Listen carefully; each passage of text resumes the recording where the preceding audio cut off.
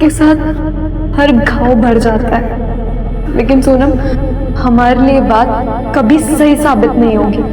वो घाव पहले भी नहीं भर पाया, ना आज भर पाएगा।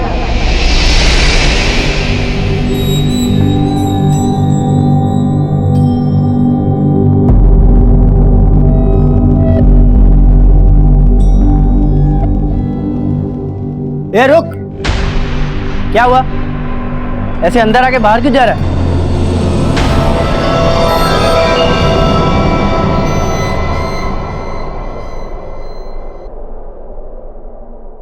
Happy birthday to you. Happy birthday dear Sonam. Happy birthday to you. देखा, मैंने तुम्हारा एक भी बर्थडे मिस नहीं किया। और अब इस बार का बर्थडे तो स्पेशल वाला बर्थडे है, क्योंकि अब हम एडल्ट हो गए हैं। We are 18 now. और अब हम अपने लाइफ का डिसीजन खुद ले सकते हैं। और इसलिए सोनम, मैंने आज डिसाइड किया है कि मैं दुनिया को बता दूंगी कि तुम मिसिंग नहीं थी। तुम्हारा मर्डर हुआ था।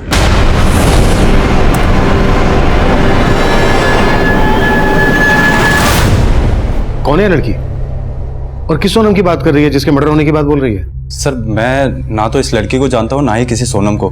मुझे तो बस ये सीडी मिली थी इस लैपटॉप में, जो कल ही सेकंड हैंड खरीदा था मैंने। कहाँ से खरीदा था? सर, एक कबाड़ वाले से। एक्चुअली कल मैं इंद्रपुरम मार्केट में था और वहीं कबाड़ वाले के पास ये लैपटॉप देखा था मैंने।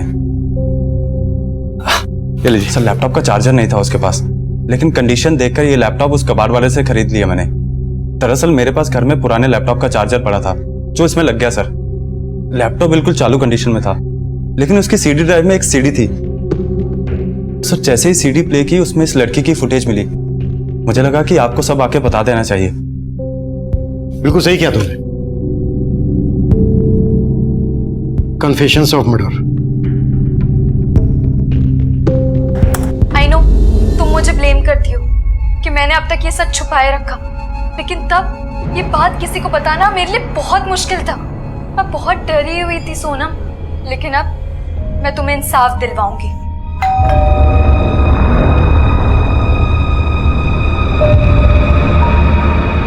सॉरी सोनम, मुझे भी जाना पड़ेगा।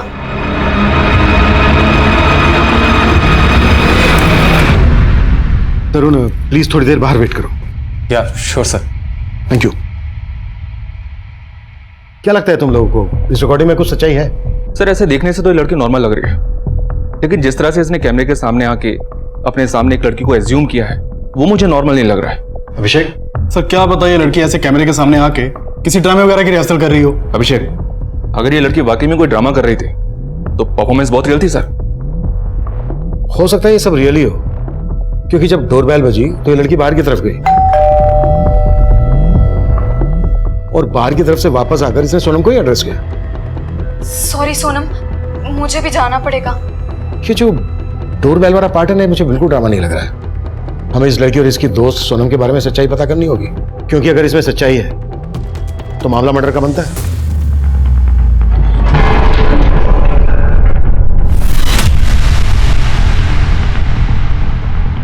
नमस्कार, मैं senior inspector Abhimanyu Jindal, crime petrol Dastak में आप सभी का स्वागत करता हूं।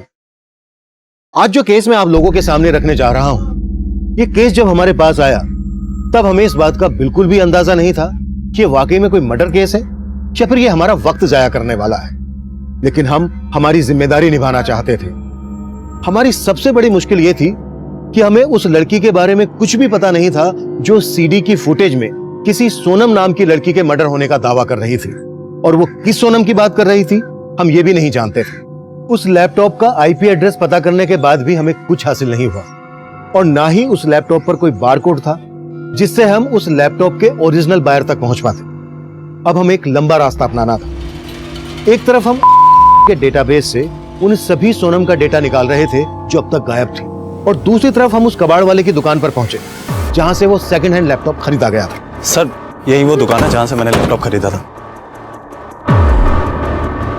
हाँ साहब, ये लैपटॉप मैंने इनको बेचा था, लेकिन बात क्या है साहब? ये लैपटॉप जो तुमने इनको बेचा, इस लैपटॉप में हमें ये सीडी मिली थी, किसकी है ये?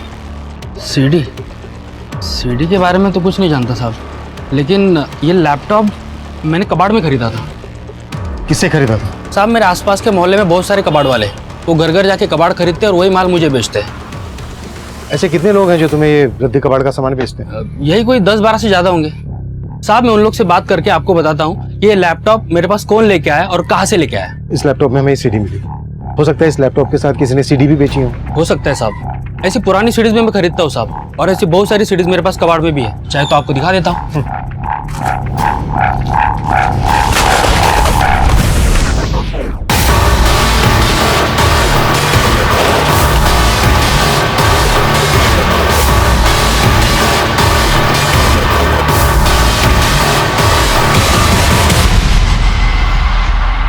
सर ये तो बिल्कुल ऐसी सीडी है। कन्फेशंस ऑफ मर्डर 2, बिल्कुल सेम सीडी है। मनीष, मुझे जल्द से जल्द वो रद्दी कबाड़ वाला चाहिए जिसने ये लैपटॉप और सीडीज को बेचा है। Okay sir. अरे देखो, ऐसी कोई और भी सीडी मिलती है क्या? सर यहाँ तो इतनी सारी मिसिंग सोनम है, हमें कौन सी सोनम चाहिए? शुक्ला, ये सब तो मालूम नहीं। फिलहाल एक काम करो, जितनी भी मिसिंग सोनम है सबके रिकॉर्ड निकालो। सर ये सोनम का चक्कर ना मुझे बड़ा घन चक्कर लग रहा है।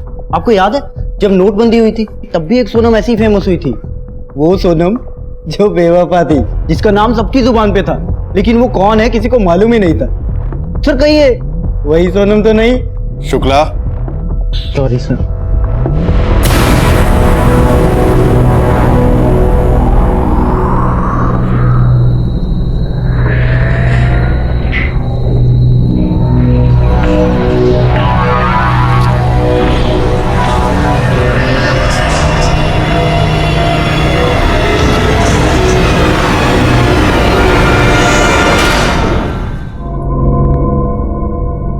ये सिक्का याद है सोनम?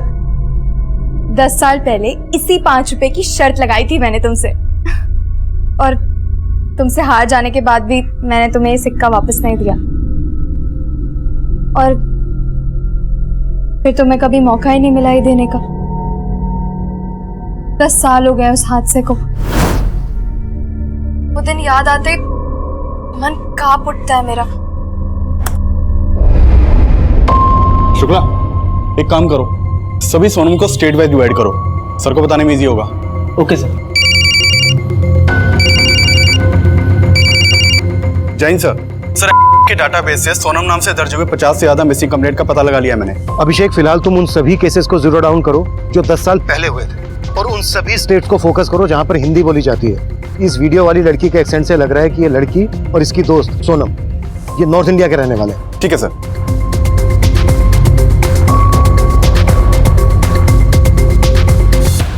मैं अभी तक नहीं उभर पाई उस हादसे से, पर जब तुम थी वो भी क्या दिन थे। हम घंटों घंटों खेलते रहते थे। रेडी? हाँ ठीक है। 1 2 3।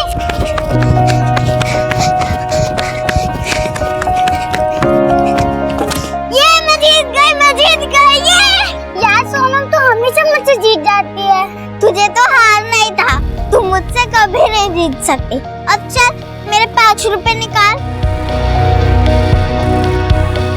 मेरे पास सिर्फ यही 5 रुपए है, ऐसा करती हूँ मैं तुझे कल दे देती हूँ। अच्छा ठीक है, चल अब चल। और मैं हमेशा तुम्हें टालती रहती थी। मैंने सोचा था अगली बार जीत जाऊंगी तो हिसाब बराबर हो जाएगा, पर हमारा हिसाब आज तक बराबर नहीं हो पाया। और मुझे पता है तुम बेस्ट हो, तुम्हारे जैसे हमारे गांव में कोई नहीं था। कौन? और इसी बात से मैं तुमसे जेलस फील होती थी, पर मैंने कभी तुम्हें नोटिस नहीं होने दिया। लेकिन अब तुम्हें खोने के बाद मुझे अपने आप पे बहुत गुस्सा आता है। मैं अपने आप को कोसती थी। मैं ऐसे कैसे सोच सकती थी तुम्हारे बारे में। लेकिन अब मैं सब कन्फेस करूंगी।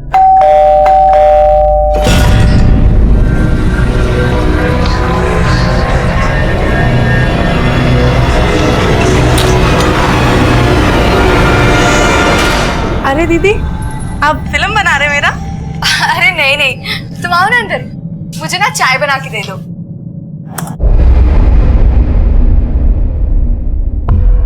इन मिसिंग सोनम में से जितनी भी सोनम गांव की रहने वाली हैं, उनको जीरो डाउन करो। उस लड़की ने सोनम का 18th बर्थडे सेलिब्रेट किया था। आज से 10 साल पहले सोनम की उम्र 8 साल की रही होगी। 8 साल की सोनम गांव की रहने वाली है। मैं चेक करता हूँ सर।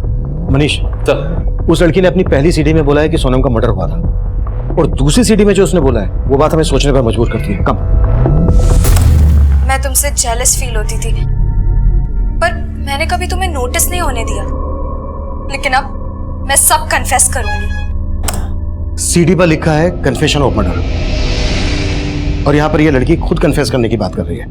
मतलब सर, आप कहना चाहते हैं कहीं इसी लड़की ने सोनम को? यस। इस वीडियो में इस लड़की की उम्र 17-18 साल से ज्यादा की नहीं लग रही है। मतलब जब सोनम मिसिंग हुई तो ये लड़की लगभग 7-8 साल की रही हो। लेकिन सोचने वाली बात यह है कि इस उम्र में हमें इस लड़की को अच्छे से समझना होगा। मनीष, वो दूसरे कबाड़ी वाले का पता चला जिसने वो लैपटॉप उस कबाड़ी की दुकान पे बेचा था? जी हाँ सर, उसका पता चल गया है। श्यामू से लेकर आ रहे हैं। गुड, आते ही मेरे पास भेजो। सर,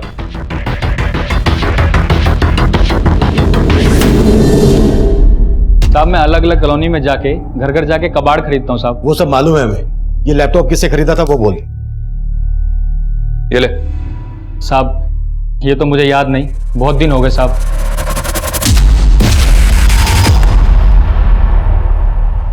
इस लड़की से खरीदा था?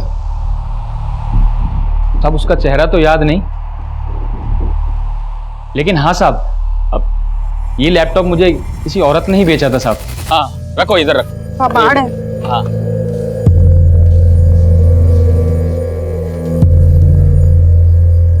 इन सबका 100 रुपए होगा। क्या भैया 100 रुपए? लैपटॉप है, लैपटॉप देखो बहुत महंगा आता है। चलाना आता है तुमको? नहीं, लेकिन महंगा आता है। अरे ये वैसे ही भंगार में ही जाएगा, 200 रुपए से ज्यादा नहीं। बताओ बेचना है? ठीक है। कौन औरत थी वो? साहब ये तो मैं नहीं जानता, लेकिन साहब मैं उस टाइम गणेश नगर में था, हो सकता है वो आसपास वहीं रहती होगी। सुन, ये औरत थी वो? हाँ साहब यही तो है, इन्होंने मुझे लैपटॉप बेचा था। गणेश नगर में इस औरत ने जहां पर तुझे लैपटॉप बेचा था वो जगह दिखा हमें। शुक्ला। मैगम सर, की डाटाबेस से एक 8 साल की सोनम त्रिपाठी की मिसिंग रिपोर्ट मिली है, जो गोमती नगर के बुधवा गांव के रहने वाली है, और ये 10 साल पहले से मिसिंग है। सर ये केस अभी तक बैकलॉग में है। बुधवा गांव, गोमती नगर। इस कबाड़ वाले ने गणेश नगर में जहां से लैपटॉप खरीदा था वहां से गोमती नगर लगभग 65-70 किलोमीटर दूर होगा। हाँ सर, इसीलिए लग रहा है कि हमें जो सोनम चाहिए वो यही सोनम त्रिपाठी हो सकती है। मनीष, गोमती नगर थाने से इस सोनम त्रिपाठी की डिटेल्स निकालो। सर।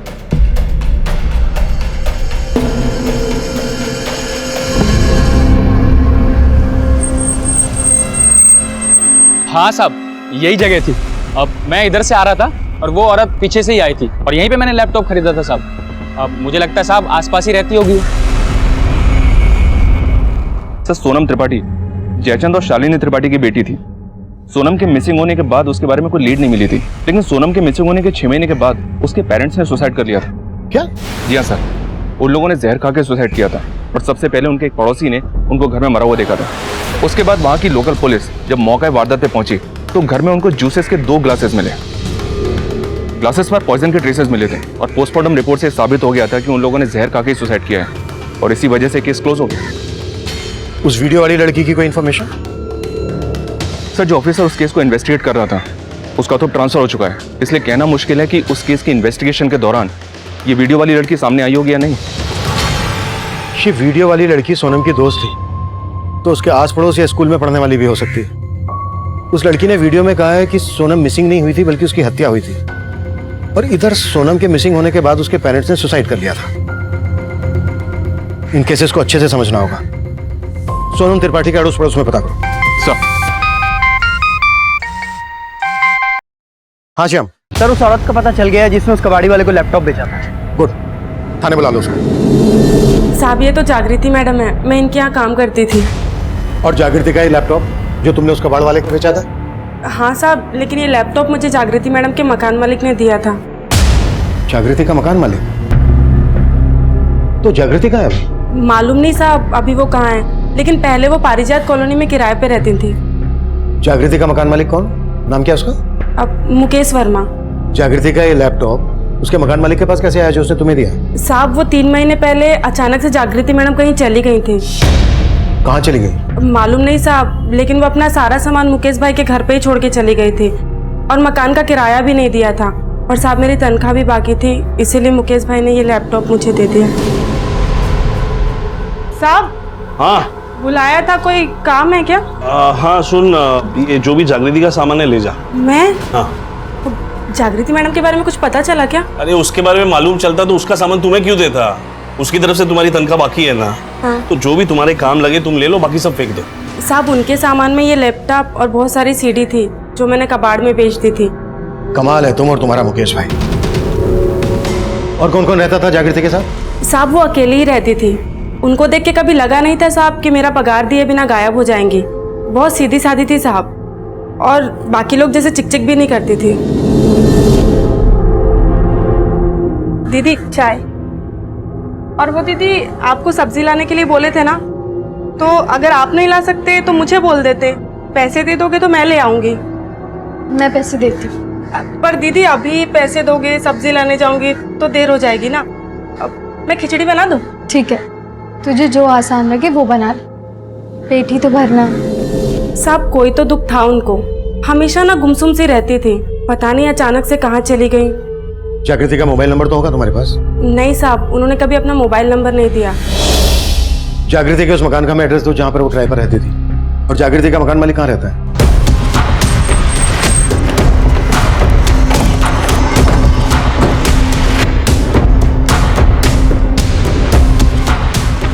नमस्ते साहब। हम यहाँ सोनम रहती थी, उसके बारे में क्या जानते हो तुम?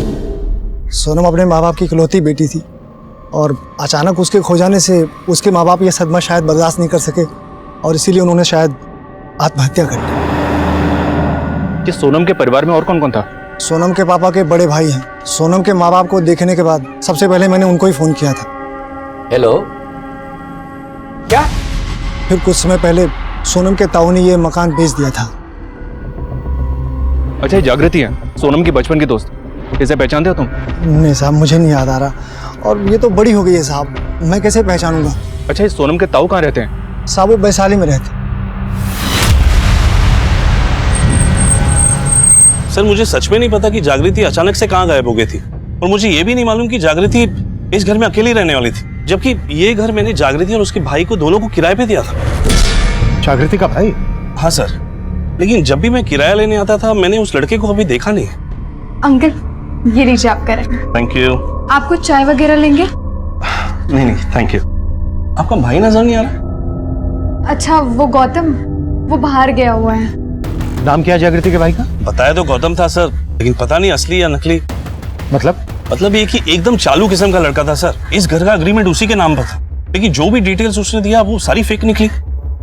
फेक? हाँ सर। सर उन दोनों को देखकर कभी लगा नहीं कि दोनों ऐसे निकलेंगे। अंकल घर तो काफी अच्छा लगा हमें, लेकिन किराया थोड़ा ज्यादा बोल रहा। अरे बेटा पसंद है तो थोड़ा कम ज्यादा कर लेंगे, उसमें कौन सी बड़ी बात है। वैसे तुम दोनों हो कहाँ से? अजमेर से। अजमेर? हाँ। तो यहाँ फिर गाजियाबाद में कैसे? वो एक्चुअली हम दोनों भाई बहन का यहाँ KMT कॉलेज में एडमिशन हुआ है, तो वो इसी चक्कर में। इतना सब था तो आपने पुलिस को इन्फॉर्म क्यों नहीं किया? सर मैं इस घर के किराए से अपनी होम लोन की EMI भरता हूँ। मुझे लगा कि मैं आपको ये सब बता दूंगा तो कहीं चक्कर लंबा ना हो जाए सर, लेकिन मैंने 2 महीना इंतजार किया था। कब से गायब है दोनों बहन भाई? सर 3 महीने पहले जब मैं यहाँ पे किराया लेने आया था तो यहाँ पे ताला लगा हुआ था। जागृति का नंबर था नहीं, तो उसके भाई गौतम को फोन किया मैंने। नमस्ते अंकल। बेटा आज किराया देना था। हाँ तो मेरी बहन घर पे होगी ना, उनसे ले लीजिए। मैं घर के बाहर खड़ा हूँ, यहाँ पर ताला लगा हुआ है। क्या? अंकल मैं आपको 2 मिनट में कॉल बैक करता हूँ, ठीक है? फिर उसने मेरा फोन उठाना भी बंद कर दिया सर, और कुछ दिन बाद उसका फोन बंद आने लगा। फिर मैंने अपने अजमेर के एक रिश्तेदार को उनका अजमेर का एड्रेस दिया, बोला जाकर पता करो, लेकिन सर एड्रेस ही गलत था। मैं क्या करता सर, इसलिए मैंने उनका सारा सामान निकाल दिया और घर किराए पर दे दिया। गौतम का नंबर दीजिए। जी सर। और हमें घर भी चेक करना है। आई सर, मैं किराएदार को बोल देता हूँ प्लीज।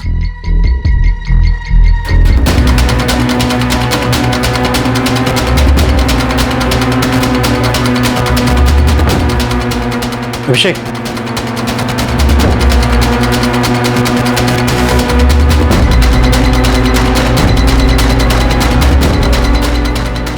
घर भी वही है जो वीडियो में है और ये सारा सामान भी वही है। ये सारा फर्नीचर आप ही का है? हाँ सर, ये सारा फर्नीचर मेरा ही है। सर जब हम यहाँ पर रहने आए थे तो इस कबाड़ के अंदर कुछ सामान था जो हमारे कुछ काम का नहीं है, तो हमने वो सामान एक बॉक्स में रख के इस पलंग के नीचे रख दिया है।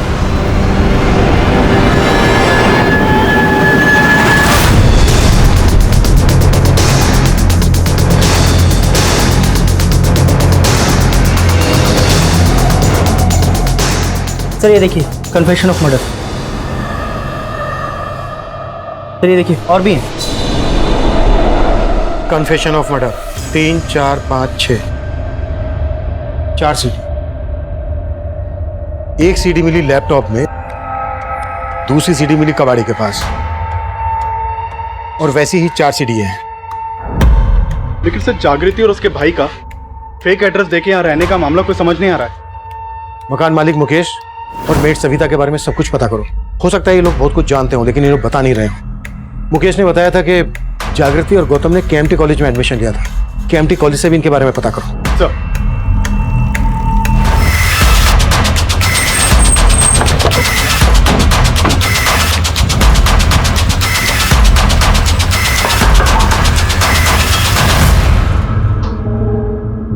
जी साहब, हम आपसे सोनम मिसिंग केस और उसके पेरेंट्स के सुसाइड केस के बारे में कुछ बात करना चाहते हैं। इस लड़की के बारे में मैं कुछ नहीं जानता सर, लेकिन इतने सालों बाद आप ये सब क्यों पूछ रहे हैं? क्योंकि हम सोनम मिसिंग केस दोबारा ओपन कर रहे हैं। क्या सोनम के बारे में आपको कुछ पता चला है क्या? पता तो नहीं चला है, लेकिन हमें ऐसा लग रहा है कि सोनम मिसिंग नहीं हुई थी बल्कि उसका मर्डर हुआ था। मर्डर?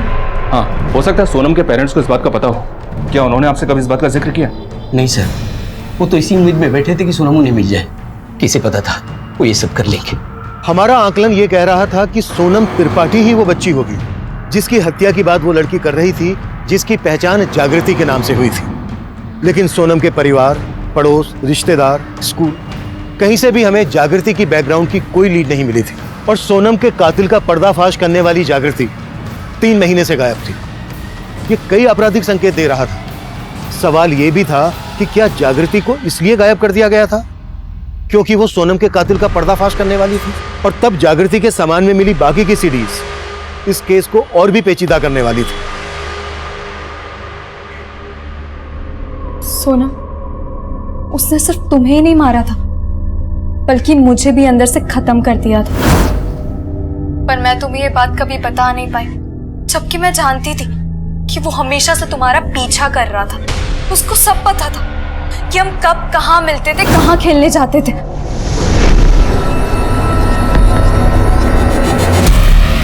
लेकिन उस दिन मैंने तुम्हें वहां अकेला छोड़ दिया।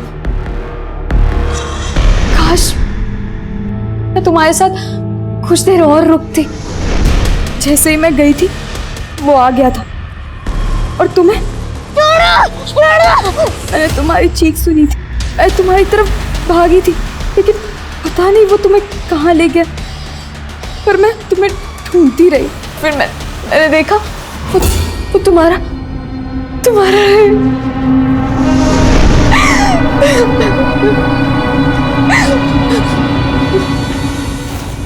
और फिर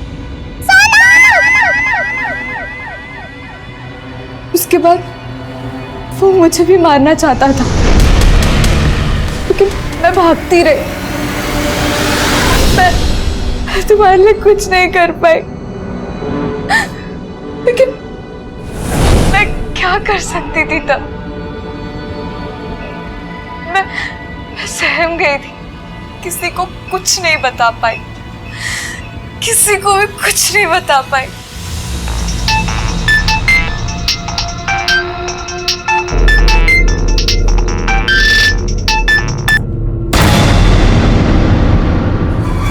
मेट सविता और मकान मालिक मुकेश ने कहा था कि जागृति के पास कोई मोबाइल फोन नहीं था, लेकिन इस वीडियो में तो इसके पास मोबाइल फोन दिख रहा है।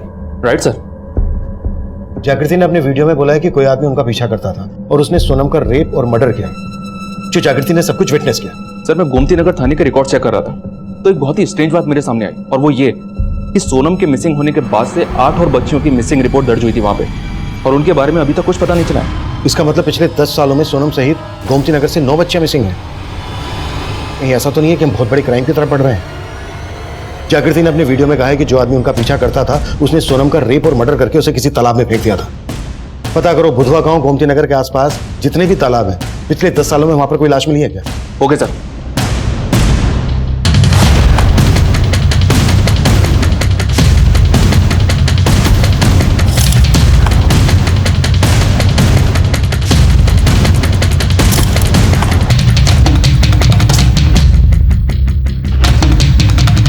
मैकमिन sir. Yes come in. Sir इसका नाम गौतम है, केएमटी कॉलेज में पढ़ता है। सर जागृति भी केएमटी कॉलेज में ही पढ़ती थी, लेकिन पिछले 3 महीने से कॉलेज नहीं गई। सर एक स्ट्रेंज बात पता चली है, गौतम का सरनेम खन्ना है जबकि जागृति का शर्मा। जबर ये गौतम जागृति का भाई कैसे हो सकता है? सर गौतम तो कॉलेज आ रहा है लेकिन जागृति कॉलेज नहीं आ रही है। सर कॉलेज से जागृति के पेरेंट्स के बारे में पता चला था, मैंने उन्हें फोन भी किया था। हेलो, आप जागृति के फादर बात कर रहे हैं? जी बोल रहा हूँ। आप कौन?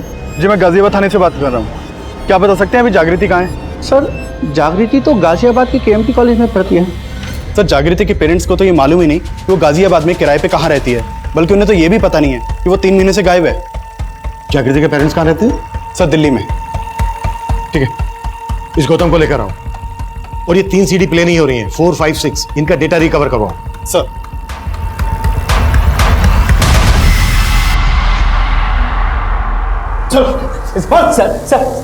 सर मैं मानता हूँ कि मैं जागृति का भाई नहीं हूँ, पर सर मैंने वो मकान जागृति के लिए ही लिया था। जागृति है कहाँ? सर मुझे नहीं पता जागृति कहाँ पर है। बेटा मालूम तुझे सब है, पहले बोल रेंट एग्रीमेंट पे तूने अपनी फेक डिटेल्स क्यों दी थी? मैं जागृति की सिर्फ हेल्प करना चाहता था। कैसी हेल्प? सर वो अपने पेरेंट्स के साथ नहीं रहना चाहती थी सर, फिर मैंने उसे बोला कि अगर हम भाई बहन बन के जाएंगे तो हमें मकान इजीली मिल जाएगा और फ्यूचर में कोई प्रॉब्लम ना हो, इसीलिए मैंने फेक एड्रेस प्रूफ दिया। सर मैं सच कह रहा हूँ, मेरी कोई भी इंटेंशन गलत नहीं थी। लेकिन जागृति अपने पेरेंट्स के साथ क्यों नहीं रहना चाहती थी? क्योंकि वो उसके सौतेले माँ बाप थे सर। सौतेले माँ बाप? हाँ सर, जब जागृति 9 साल की थी तो उन्होंने उसे ममता ऑर्फनेज से अडॉप्ट किया, लेकिन जागृति की उससे बनती नहीं थी सर। उसे जब भी रेंट और पैसों की जरूरत पड़ती थी तभी वो अपने सौतेले माँ बाप को कांटेक्ट करती थी। मुझे तो खुद ही समझ में नहीं आ रहा कि वो एकदम से गायब कहाँ हो गए। ज्यादा होशियारी मत दिखा। अगर हमें बाद में पता चला ना कि तू हमसे कुछ छुपा रहा है तो जानता है ना क्या असर होगा तेरा। सर मैं सच कह रहा हूँ, मुझे नहीं पता। मैं नहीं जानता कि जागृति कहाँ है। जागृति का मोबाइल नंबर तो होगा तेरे पास? हाँ सर है, वो मेरे फोन में जो आपके पास है।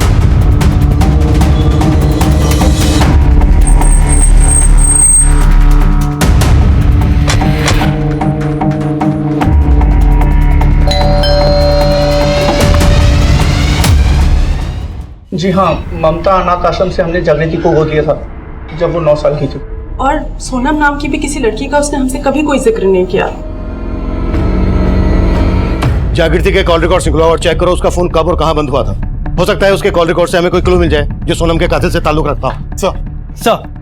सर ये सीडी नंबर 4 तो प्ले हो रही है लेकिन 5 और 6 प्ले नहीं हो रही। 5 और 6 की फुटेज भी रिकवर करवाओ। Okay sir.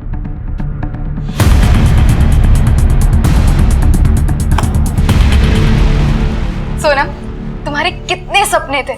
तुम बहुत पढ़ना चाहती थी, तुम यूएसए यूके जैसे बड़े बड़े देशों में घूमना चाहती थी, लेकिन बड़े बड़े देशों का एग्जाम्पल देके तुम सलीम अंकल के बारे में बातें करती थी जिनकी जॉब दुबई में लगी थी और वो तुम्हें चॉकलेट्स देते थे। उनकी चॉकलेट्स तुम मुझसे शेयर करती थी और कहती थी पता है आज सलीम अंकल क्या बोले? क्या बोले? उन्होंने बोला कि वो मुझे अपने साथ दुबई लेके जाएंगे। मैं तभी से तुम्हें खोने से डरती थी, लेकिन मुझे क्या पता था तुम मुझसे इतनी दूर चली जाओगी।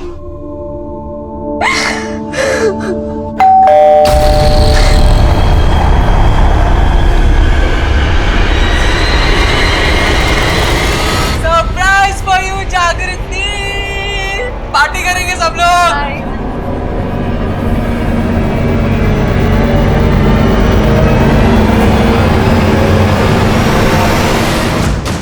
सलीम? हाँ साहब, एक सलीम कुरैशी, उसका परिवार इसी गांव में रहता था। उसका सोनम के घर में भी आना जाना था। सोनम क्या, सलीम सभी बच्चों से बहुत प्यार करता था। ये सलीम कुरैशी और उसका परिवार अब कहाँ है? साबो सलीम की दुबई में नौकरी लग गई थी, तो पहले तो ऐसे साल में आना जाना लगा रहता था, लेकिन कुछ समय बाद वो अपने पूरे परिवार के साथ हमेशा के लिए दुबई चला गया। दुबई चले गए? कब शिफ्ट हुए? सोनम के माँ बाप की मौत के कुछ महीनों बाद। सीडी की इस फुटेज में जागृति की बातों से लगता है कि सोनम का रेप और मर्डर करने वाला आदमी सोनम और जागृति दोनों को जानता था। कहीं वो सलीम कुरैशी तो नहीं है? इसी वजह से वो अपनी फैमिली सहित दुबई भाग गया हो सकता है सर, लेकिन सोनम के जानने वाले जितने भी लोग हमें मिले, उनमें से कोई भी ऐसा नहीं मिला जो जागृति के बारे में जानता हो। जागृति के पेरेंट्स बोल रहे थे कि जागृति अनाथ थी, उन्होंने उसे ममता बाल आश्रम से अडॉप्ट किया था। फिर जागृति सोनम की दोस्त कैसे और कहां बनी होगी?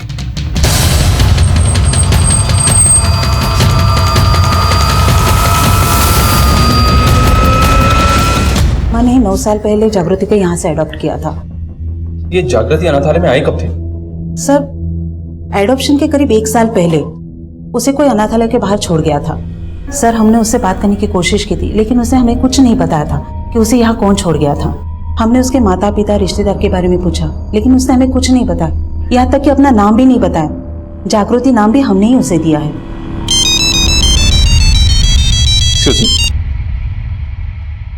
Hello, what? मैं अभी पहुंचा हूं।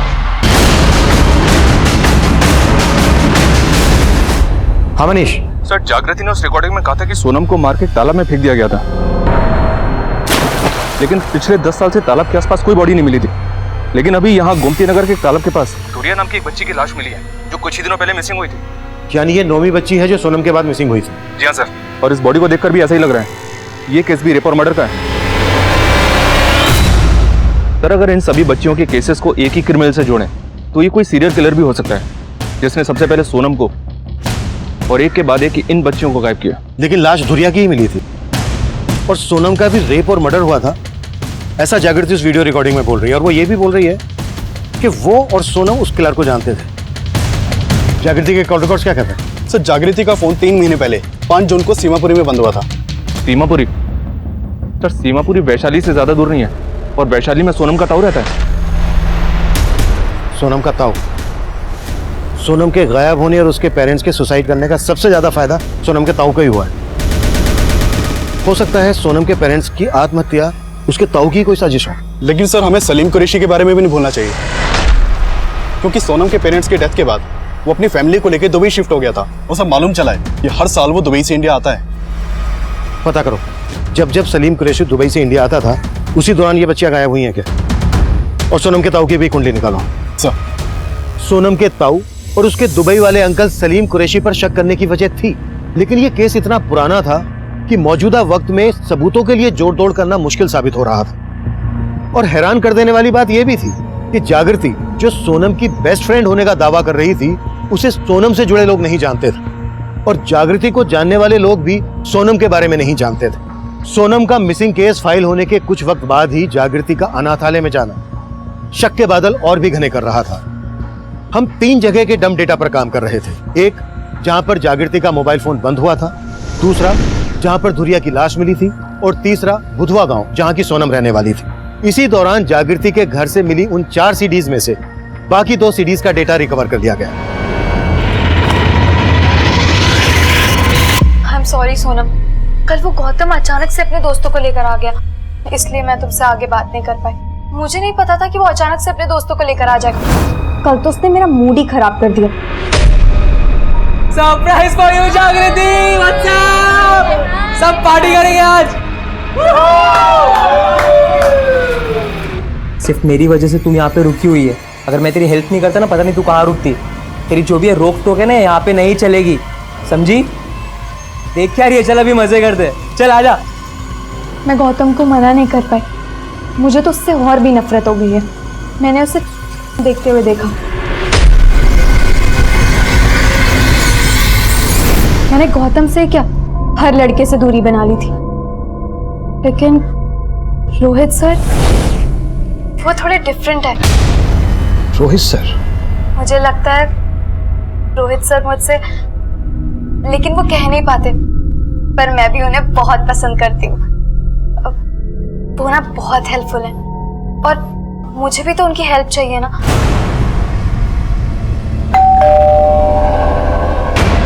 लगता है वो आ गए सोनम। मैं ना तुम्हें अपडेट करती रहूंगी, ठीक है? बाय।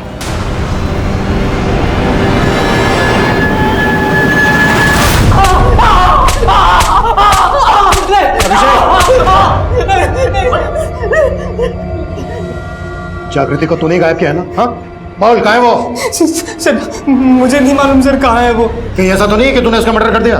नहीं सर, मैंने कुछ नहीं किया सर, सच कह रहा हूँ सर, वो पक्का। जागृति ने तुझे देखते हुए पकड़ा था, है ना? गौतम, हाँ? तुम देखते हो शर्म नहीं आती है? क्या है इसमें? सब लोग देखते हैं, नॉर्मल है। It's a crime. मैं तुम्हारे बारे में पुलिस को बता दूंगी। देख जागृति, पुलिस को मत बताना। आई प्रॉमिस, मैं वापस नहीं देखूंगा। वो नहीं मानी इसलिए तूने उसको मार डाला। नहीं सर, मैंने जागृति को नहीं मारा सर, सच कह रहा हूँ मैं। और ये रोहित सर कौन है? कौन रोहित सर? मैं किसी को नहीं जानता सर, सच कह रहा हूँ मैं। सर जागृति के नंबर से जिस नंबर पे लास्ट कॉल हुआ था वो नंबर किसी रोहित सिंह के नाम पे रजिस्टर्ड है। मैंने चेक किया, इस रोहित का फोन अक्सर उसी एरिया में एक्टिव रहता था जहां जागृति गायब रहती थी।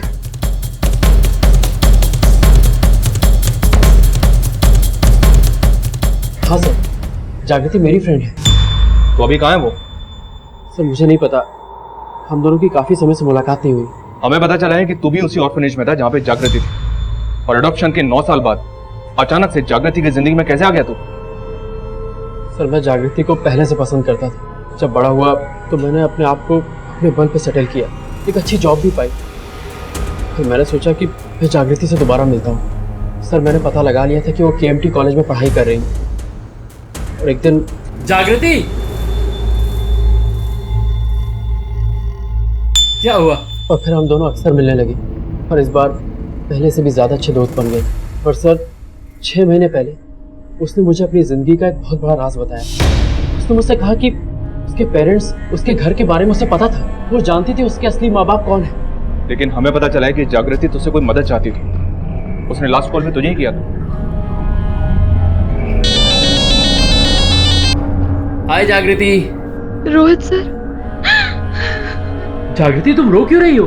अब आप मुझे भूल जाइए। अरे जागृति, उससे बहुत प्यार करता था और मैंने उसकी इस बात की रिस्पेक्ट की। सर ये बात मैं आज तक नहीं समझ पाया कि उस दिन उसने मुझसे ऐसा क्यों कहा था। सर जागृति का फोन सीमापुरी में जिस दिन बंद हुआ था उस दिन वो एक औरत के साथ अमित होटल के पास एक CCTV में कैप्चर हुई थी। ये देखिए।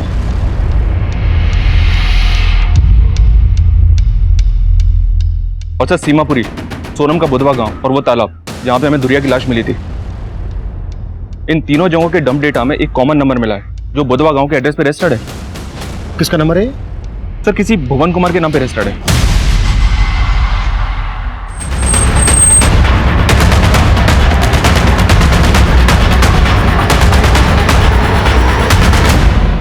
भुवन तुम्हारा पति है और उस दिन वो उस अमित रेस्टोरेंट के पास था जहां पर तुम जागृति से मिली थी। हाँ मिली थी, पूरे 10 साल बाद। उस दिन मैं उसे आखिरी बार मिली थी। मैं ऐसी भागी औरत हूँ जिसने अपने बेटे को जीते जी अनाथ बना दिया। जागृति तुम्हारी बेटी है? जागृति नहीं, मेरी बेटी का नाम श्वेता है। उसके बाप ने उसकी जिंदगी नर्क बना दी।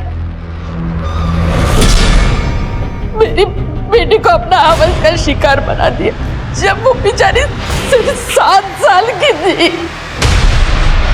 फिर इस दरिंदे की नजर सोनम पे पड़ी जिसके साथ मेरी श्वेता खेला करती थी।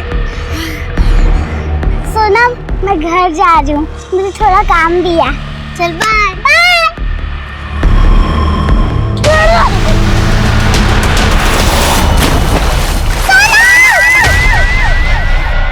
वो दौड़ती हुई मेरे पास आई और उसने मुझे सब कुछ बता दिया। पापा ने सोनम के साथ गंदा काम किया, फिर उसे मार के तालाब में फेंक दिया और मेरा पीछा करते हुए आ रहे हैं। मैंने अपनी श्वेता को उसके नजरों से बचाकर अनाथालय छोड़ दिया। मुझे लगा मैंने उसे बचा लिया, लेकिन मैं गलत थी। फिर 3 महीने पहले अचानक से उसने मुझे फोन किया।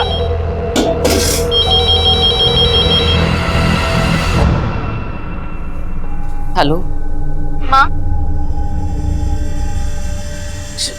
श्वेता, तू? आप मुझे भूल गई ना?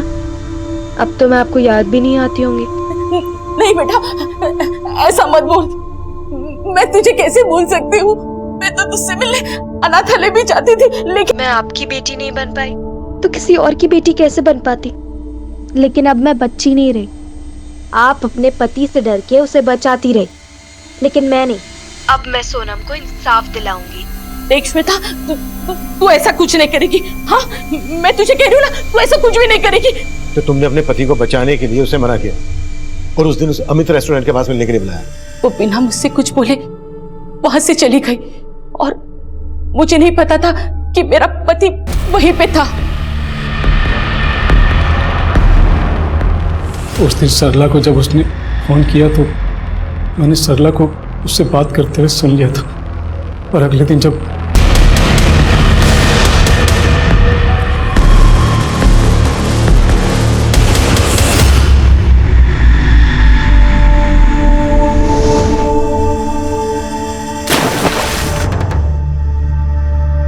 श्वेता, खुद को बचाने के लिए मैं श्वेता को मारने ही वाला था। मुझसे पहले उसने तालाब में छलांग लगा दी।